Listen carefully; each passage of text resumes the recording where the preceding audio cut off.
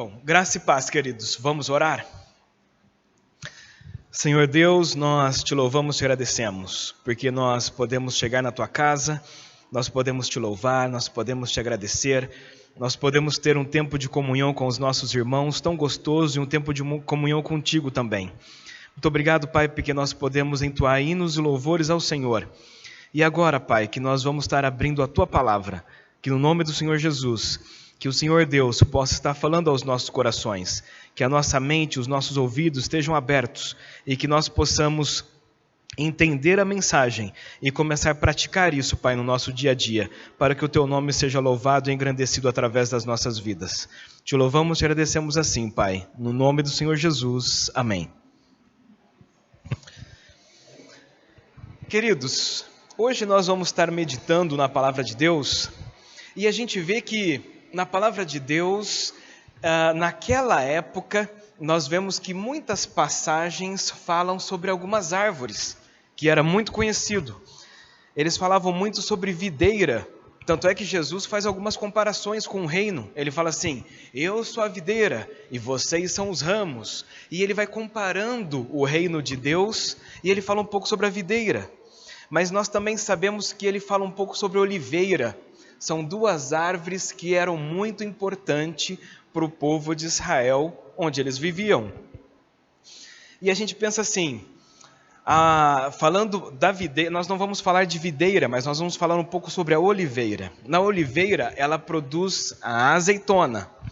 E a azeitona para o povo de Israel era muito importante, porque eles faziam muita coisa com elas.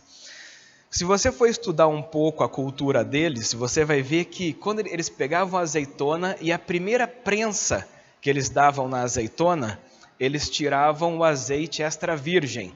E o azeite extra virgem era o óleo da unção, e isso era usado no santuário. Hoje nós comemos, o azeite extra virgem, mas naquele tempo não. O azeite extra virgem era para Deus. A segunda prensa, aí sim, eles usavam esse azeite para se alimentar. A terceira prensa que eles faziam na azeitona, eles usavam para aquilo que sobrava era para acender as lamparinas, para eles poderem, então, não tinha energia elétrica, então eles usavam para iluminação. E a quarta prensa, que era só o bagaço que já tinha sobrado daquela azeitona, eles usavam para fazer sabão. Então eles usavam a azeitona para muitas e muitas coisas. Essa azeitona, mas para que tudo isso acontecesse, essa azeitona tinha que ser prensada, ela tinha que ser amassada, ela tinha que passar por um processo que provavelmente ela não queria passar. E aí isso fazia com que então ela pudesse ser muito útil para o povo de Israel naquele tempo. E hoje a gente vai meditar um pouco sobre o que o apóstolo Paulo fala um pouco sobre essas prensas que acontecem na nossa vida. Convido os queridos a abrir a palavra do Senhor, lá em 2 Coríntios, capítulo 4, nós vamos ler a partir do verso 7. Enquanto os irmãos estão abrindo, quero contextualizar os irmãos o que está acontecendo. O apóstolo Paulo ele escreve essa carta a esse povo de Corinto, e ele está contando para esse povo. A gente precisa lembrar que essa cidade de Corinto ela era muito importante. Ela era uma cidade muito rica, havia muitos comércios e havia muito trânsito nessa região. Então eles eram famosos, eles eram importantes, eles tinham muitas coisas. E aí o apóstolo Paulo, contando com eles, falando assim, olha gente, nós somos como vasos de barro, mas nós somos frágeis, nós somos pecadores, nós somos humanos, nós não temos muita capacidade, nós somos assim, porque aquele pessoal eles se achavam o máximo, e realmente eles tinham muitas coisas, eles podiam muitas coisas, eles faziam muitas coisas para as outras pessoas, e ele está contando um pouco sobre como que nós somos. E aí quando ele chega no verso 7, ele diz assim, temos porém esse tesouro. O tesouro é o Evangelho, é Jesus na nossa vida, em vasos de barro. O vaso de barro somos nós. Para que se veja a excelência do poder provém de Deus e não de nós. Em tudo somos atribulados, porém não angustiados. Ficamos perplexos, porém não desanimados. Somos perseguidos, porém não abandonados. Somos derrubados, porém não destruídos. Olha só esse jogo de palavras que o apóstolo Paulo coloca para esses irmãos. E é sobre esse texto que nós vamos estar meditando, então, nesta manhã. Lembrando que o apóstolo Paulo passou por muitas situações. Ele com certeza foi uma azeitona que foi pressionada várias e várias vezes. E é por isso que ele conta isso, algo que ele mesmo passou. E se a gente for verso a verso, nós vemos jogos de palavras que o apóstolo Paulo vai fazendo e vamos ver como que isso se relaciona com a nossa vida hoje. O texto diz assim: em tudo somos atribulados, porém não angustiados. Aí você pode pensar assim, mas não é a mesma coisa? Não, queridos, não é a mesma coisa. Porque olha só, tribulação é uma coisa que vem de fora. Então, é algo de fora que está querendo te derrubar, é algo de fora que está querendo deixar você mal, é algo de fora que está querendo te influenciar. Mas a angústia é algo de dentro. A angústia é um sentimento, é algo que você produz de dentro de você. Você pode estar sendo atribulado, mas você pode estar feliz por dentro. Você lembra dos apóstolos na prisão? Eles tinham sido chicoteados. E depois deles serem chicoteados, eles são jogados naquele buraco, e aí quando é de noite, o que eles fazem? Eles cantam. Aí você fala, como é que pode? Mas é porque eles estavam sendo atribulados naquele momento, mas eles não estavam angustiados. Coisas de fora estavam tentando derrubá-los, mas dentro deles, a essência que eles tinham, mantinham eles firmes naquilo que Deus havia proposto para eles. Eles estavam sendo prensados, mas isso não influenciava aquilo que eles tinham dentro. Isso era mais importante. Então a angústia é você que decide. Você que decide se você vai querer alimentar isso, se você vai querer viver dessa forma, porque é uma coisa de dentro de você. O outro tenta te influenciar de fora. Mas então, atribulados nós podemos estar, mas angustiados nós não precisamos disso. E a gente pensa assim, além disso, continua no texto, ficamos perplexos, porém não desamparados. Aqui, no português, não dá para poder ver um pouco, existe um jogo de palavras que o apóstolo Paulo está fazendo aqui. Os irmãos sabem que eu não sou muito de ficar indo no original e aquela coisa toda, mas isso aqui é interessante, porque é a mesma palavra que ele usa para um, ele usa para outro. Ele fala assim, ficamos aporel, mas não hexaporel. Então ele diz assim, ó, você está perplexo, mas não é totalmente perplexo, não é completamente assim. É que na hora, quando a gente vê a tradução, talvez a gente não percebe muito essa diferença, mas ele diz assim, ó, você está nessa situação, mas você não está totalmente assim. E aí olha só, perplexos seria desorientado, e nós podemos ficar assim. Nós podemos, em alguma situação, a gente fala assim, e agora? O que a gente vai fazer? Para onde que a gente vai? Cadê a luz no fim do túnel? A gente pode estar assim, mas nós não chegamos a um ponto de perdermos a esperança. Nós podemos estar sem saber o que fazer, mas nós mantemos a nossa esperança que nós temos em Deus. Nós não podemos perdê-la. Então, quer dizer, você está numa situação muito difícil, mas ainda resta uma esperança para você. E é por isso que você continua, então, neste caminho que Deus deu para você. Você pode estar com dúvidas. Será que eu vou tomar essa decisão? Será que eu vou fechar este negócio? Será que eu vou viajar para aquele lugar? Será que eu vou mudar de cidade? Será que eu vou me casar? Será que eu vou fazer isso? Será que eu vou fazer aquela universidade? Será que... Você pode ter dúvidas, mas você não está sem rumo. Você consegue saber, olha, a direção que Deus tem para mim é essa. Você pode no meio do caminho ficar ali, mas existe um rumo para você. E você não está totalmente na dúvida. Perplexos é quando você está sem recursos. Sem recursos pode ser financeiro, pode ser de saúde, pode ser um recurso pessoal, pode ser recursos emocionais, pode ser recursos de intelecto. Você pode estar sem recursos, mas nunca você está sem nada. Alguma coisa você tem. Sabe que quando o profeta chegou na casa da viúva, ele falou assim, você pode, eu estou com fome, você não faz um bolinho para mim? Ela falou assim, olha, eu tenho só um pouquinho, e esse pouquinho é só para mim e para o meu filho. Então ela tinha um pouquinho, e ele vai lá e multiplica aquilo. Jesus fala assim, dá de comer para toda essa multidão. E aí os discípulos falam assim, mas a gente não tem nada. Ele fala assim, procura aí. E aí eles procuram e acham-se alguns pães e alguns peixes. Então nunca a pessoa está sem nada, que ela não tem absolutamente nada de recursos. Alguma coisa ainda nos resta. E se a gente for parar para pensar, tem sim alguma coisa que a gente ainda possa ter, para que então a gente possa se animar e querer continuar nessa caminhada que Deus tem para cada um de nós.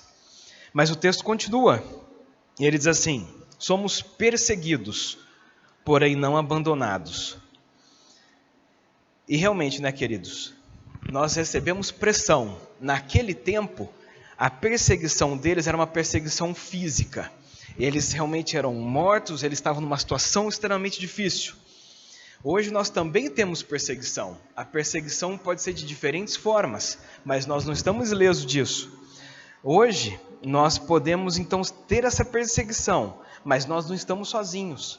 Deus está conosco na nossa caminhada. Nós podemos nos sentir excluídos.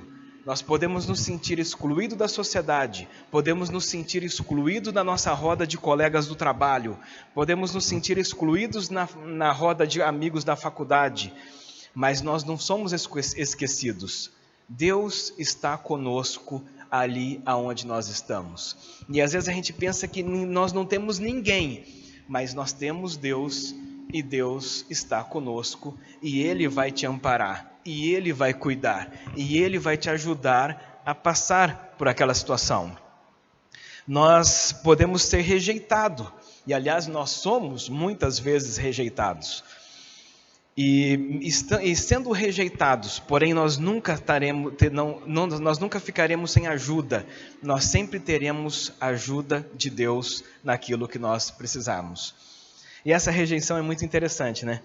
Eu estava contando no grupo pequeno, que eu estava numa viagem de avião, e uma pessoa do lado conversando, e conversa vai, conversa vem, vai falar de economia, vai falar de situação do país, e vai falar aquela coisa toda, tal. Conversa vai, conversa vem, de repente a pessoa falou assim, o que você faz? Aí eu fiquei pensando assim, se eu falar que eu sou pastor, a conversa vai acabar aqui, porque a pessoa vai falar assim, é pastor. E assim, antigamente, você falava que você era pastor, as pessoas respeitavam e tal. Hoje, quando fala isso, é complicado muitas vezes. Aí, e conversa vai, e eu falei assim, olha, eu sou pastor, eu sou cristão, eu sou pastor. Aí a pessoa já começou, e daqui a pouco, então tá, eu vou continuar lendo o meu jornal aqui, e deixou. Então você fica pensando assim, nós seremos rejeitados em muitas e muitas situações, porém nós nunca vamos ficar sem a ajuda de Deus nos momentos em que nós precisarmos. Ele sempre vai estar conosco. E o texto continua, nós somos derrubados, porém não destruídos. E às vezes a gente pensa que essas duas coisas são sinônimos, mas elas não são sinônimos, porque a gente lembra, você sabe que quando tem aqueles ventos muito fortes, tem algumas árvores que vai quase caindo, mas aí depois quando o vento passa, ela volta de novo, e ela continua ali. Então essa resiliência que existe em alguma dessas árvores frente a esses ventos muito fortes, isso acontece na nossa vida também. Muitos ventos fortes vão vir sobre a nossa vida, mas esses ventos fortes não podem nos destruir. Derrubados, queridos, é quando nós somos abatidos. Nós podemos nos sentir abatidos pelas pessoas ou pelas circunstâncias, mas nós nunca vamos estar em ruínas. Ruínas é quando você vai em algum lugar extremamente antigo e eles falam assim, olha, aqui antigamente, aqui era um lugar assim. Mas você não consegue imaginar, sabe por quê? Porque só tem restos de algumas coisas, você não consegue falar, mas como será que era?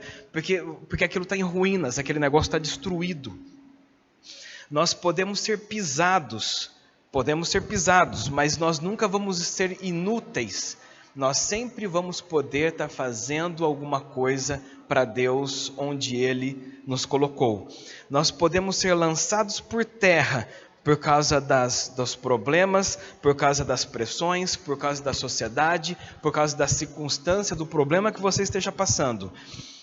E nós podemos até ser mortos fisicamente, mas nós não perdemos a esperança, porque nós sabemos que nós vamos estar com Deus para sempre. E às vezes a gente pensa assim, não, mas na verdade eu estou destruído mesmo, não tem nada o que fazer. Mas queridos, nós não podemos perder a esperança e o valor que nós temos em Deus. E quando nós entendemos esse valor que nós temos em Deus, muitas vezes nós seremos abatidos, muitas vezes seremos pisados, muitas vezes terão coisas que vão acontecer conosco. Mas o nosso valor em Deus continua o mesmo. Ele continua nos vendo, Ele continua nos ajudando e Ele continua nos sustentando. Mas é que muitas vezes a gente não consegue ver isso, muitas vezes nós não conseguimos perceber isso. Mas se nós pararmos para pensar e nós mantermos esse relacionamento que nós temos com Deus, todas essas coisas podem acontecer conosco, mas isso não vai abalar a nossa fé. E isso não vai abalar a forma como nós vemos o Senhor. Nós não vamos reclamar e nós não vamos murmurar por nós sabermos quem Deus é para nós e o valor que nós temos para com Deus. E é interessante essa diferença entre derrubados e destruídos, porque eu trouxe um negócio aqui para vocês, ó. Olha só, eu trouxe uma nota de 100 para a gente poder olhar aqui. E a gente fala assim, essa nota de 100, ela tem um valor, né? Ela tem um valor muito grande para nós. E ela é importante. Então, se você pega essa nota de 100 e você quer comprar alguma coisa, você consegue comprar. Ela tem o seu valor. Mas essa nota de 100, você pode amassar essa nota de 100. E quando você amassa essa nota de 100, ela continua sendo uma nota de 100. Essa nota de 100 pode ser jogada no chão e você pode pisar em cima dessa nota de 100 e ela continua sendo uma nota de 100. E muitas vezes nós somos amassados, nós somos pisados, porém nós não estamos destruídos. Nós passamos por situações muito difíceis, passamos por problemas enormes, mas nós continuamos tendo o valor que Deus tem para nós. Então, quando a gente percebe que ser derrubado e ser destruído é muito diferente, nós conseguimos manter a fé que nós temos no Senhor. E aí você pode pensar assim, e para que tudo isso? E por que nós passamos por tudo isso? A resposta está no verso 7. Ele diz assim, temos, porém, este tesouro em vasos de barro, para que se veja a excelência do poder que provém de Deus e não de nós. Então o poder, queridos, está em Deus. O valor está em Deus. E é Ele que coloca isso em você. É Ele que faz com que você consiga viver assim. E quando as pessoas olham para nós e vê a gente amassado, e vê a gente destruído e pisado e jogado na terra, e as pessoas acham que não vai conseguir ressurgir daquilo que está acontecendo, mas o valor de Deus continua em nós. E se nós nos mantermos firmes, Deus vai operar através da nossa vida. E as pessoas vão olhar para a gente e vão falar assim, mas como que você consegue passar por essas situações e você ainda continua firme nesse Deus que você acredita? Porque nós entendemos o valor que Deus tem para nós. Ele é tudo para nós. Podemos ter todos esses problemas e desafios, mas nós nunca vamos perder a nossa fé para com Ele. E assim, o poder de Deus é manifestado na nossa vida. Nós somos esse vaso de barro, nós somos frágeis, nós somos baratos e nós somos simples. Mas quando nós recebemos esse tesouro e guardamos esse tesouro no nosso coração, então nós podemos viver, haja o que houver, aconteça o que acontecer, nós vamos continuar firme com o nosso Deus. E você sabe que na Bíblia muitos e muitas pessoas tiveram situações parecidas com essa. Se a gente for ver, grandes homens, e a gente fala assim, quando eu crescer, eu quero ser igual José, eu quero ser igual Davi, eu quero ser igual Daniel.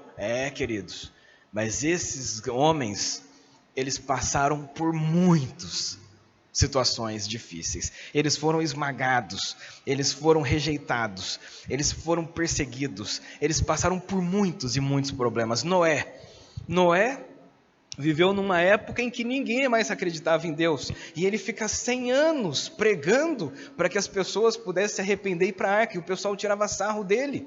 Ele era rejeitado o tempo todo pela sociedade onde ele estava. Achavam que ele era um maluco construindo um barco no meio de um lugar que não tinha água, e falando que ia chover. Ninguém sabia o que era chuva, nem ele sabia o que era chuva, mas como Deus falou com ele, ele acreditou nisso, e essa fé que ele tinha, ninguém tirava dele, mesmo por todas as situações que ele passava.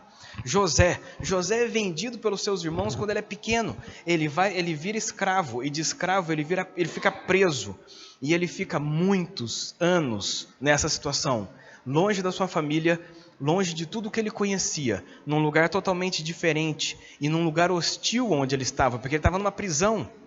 Mas Deus, mesmo nessa situação toda, a Bíblia diz que ele se manteve fiel ao Senhor, mesmo diante de todas essas circunstâncias que ele estava passando.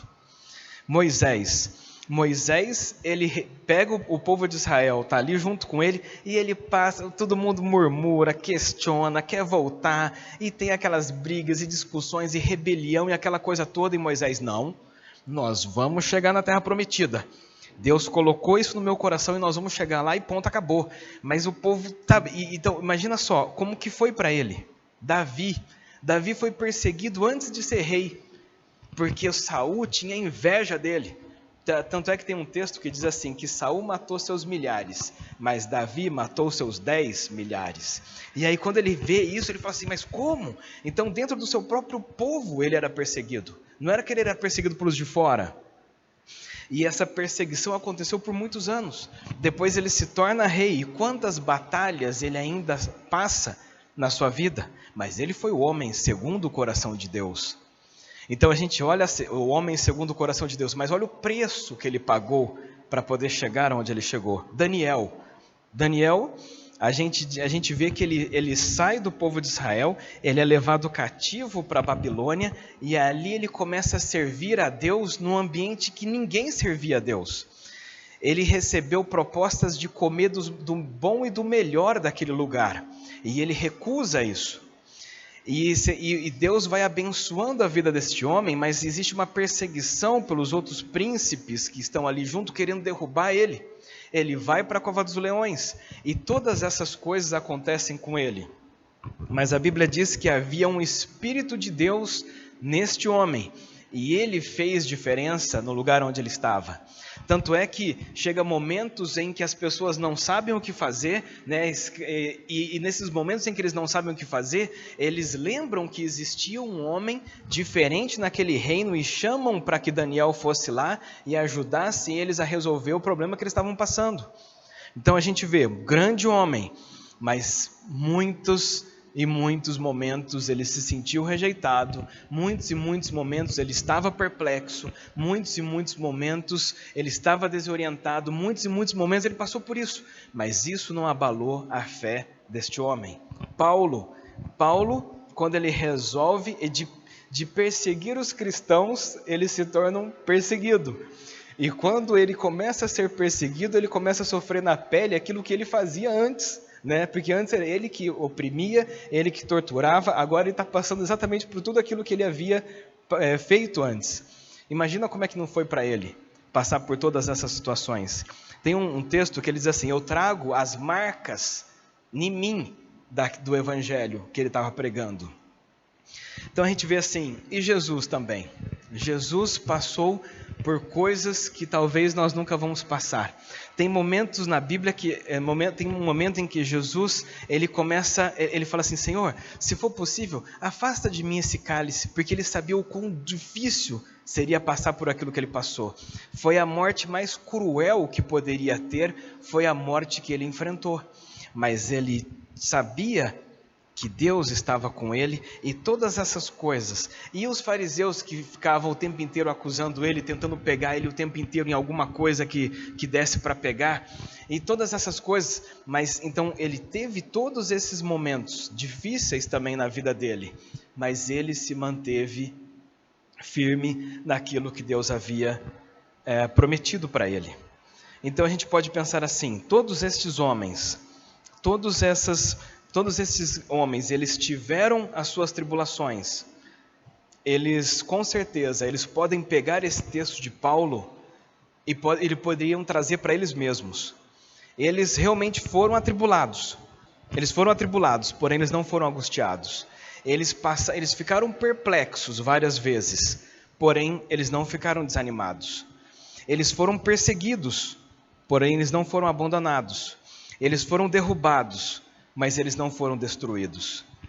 Em todos esses momentos, de todos esses homens que nós colocamos aqui, e muitos outros nós poderíamos estar falando, todas essas pessoas passaram por o que passaram, mas eles se mantiveram firmes. E quando a gente traz isso para o nosso dia hoje, nós, às vezes, as circunstâncias da vida começam a querer nos tirar do foco que Deus tem para nós. O apóstolo Paulo diz assim, que nós não podemos colocar a nossa perspectiva naquilo que é humana, mas nós temos que colocar a nossa perspectiva naquilo que é eterno. Nós temos que ter a visão naquilo que é eterno. E quando a gente começa a perceber que quando a gente coloca a nossa visão nas circunstâncias, nós perecemos. Você sabe que Pedro, quando Pedro estava no barco e ele vê Jesus andando sobre as águas, ele era muito impulsivo, né? E aí ele fala assim: se é o Senhor mesmo, então deixa eu ir aí contigo. E aí Jesus fala: pode vir. E ele vai, e ele anda pelas águas. Só que chega um momento em que ele para de olhar para Jesus e ele começa a olhar para a água. Enquanto ele estava olhando para Jesus, ele estava caminhando. Mas no momento em que ele começa a olhar para a água, e ele começa a olhar para as circunstâncias e os ventos e as coisas que estão acontecendo, ele começa o quê? Ele começa a afundar. E aí Jesus fala assim: por que você foi olhar para essas coisas, Pedro? Você tinha que continuar olhando para mim. E na nossa caminhada, se a gente começar a olhar para as circunstâncias, e a gente começar a olhar para as coisas, nós com certeza não vamos conseguir chegar ao destino final que Deus tem para nós. Nós não vamos conseguir cumprir a missão que Deus tem para nós. E nós não vamos conseguir fazer Deus conhecido no lugar onde Deus nos colocou. Mas quando nós olhamos para Ele, nós podemos passar por todas essas coisas, mas nós vamos continuar firmes e chegarmos até o destino final de morarmos com o nosso Deus para sempre. Essa esperança nunca pode sair do seu coração. E focar os teus olhos em Deus nunca pode sair do seu coração também. Que assim nós vamos conseguir então fazer com que o nome do nosso Deus seja louvado e engrandecido nas nossas vidas. E isso vai fazer uma diferença para nós, mas vai fazer uma diferença para que as pessoas possam conhecer esse Deus que nós conhecemos e fazer com que elas também queiram servir a esse Deus e morar com o nosso Senhor para sempre também. Amém, queridos? Vamos orar? Pai querido, nós te louvamos e te agradecemos, porque o Senhor é um Deus que cuida de nós. Nós te louvamos e agradecemos, Pai, porque muitas vezes podemos ser atribulados, mas nós não estamos angustiados. Nós te louvamos e te agradecemos, Pai, porque nós podemos ficar perplexos, mas nós nunca vamos estar desanimados. Obrigado, Pai, porque muitas vezes podemos estar perseguidos, mas nós nunca seremos abandonados por Ti. Nós te louvamos e agradecemos, Pai, porque muitas vezes as situações podem nos derrubar, mas elas nunca vão nos destruir, porque o Senhor está conosco, e o Senhor é que cuida de nós, e é o Senhor, Pai, que nos sustenta, é o Senhor que guia os nossos passos, é o Senhor que provê todas as coisas, e o Senhor é o Deus que reanima o nosso espírito, para que nós possamos continuar essa caminhada. Que no nome do Senhor Jesus, que nós possamos ser reanimados pelo Senhor e que possamos colocar os nossos olhos em Ti, que possamos tirar, Pai, os nossos olhos das circunstâncias e dos problemas e colocarmos nossos olhos no Senhor, para que então, Pai, possamos cumprir a missão que o Senhor tem para nós e que o Teu nome seja louvado e engrandecido em todas as coisas. Nós Te louvamos e agradecemos assim, no nome do Senhor Jesus. Amém.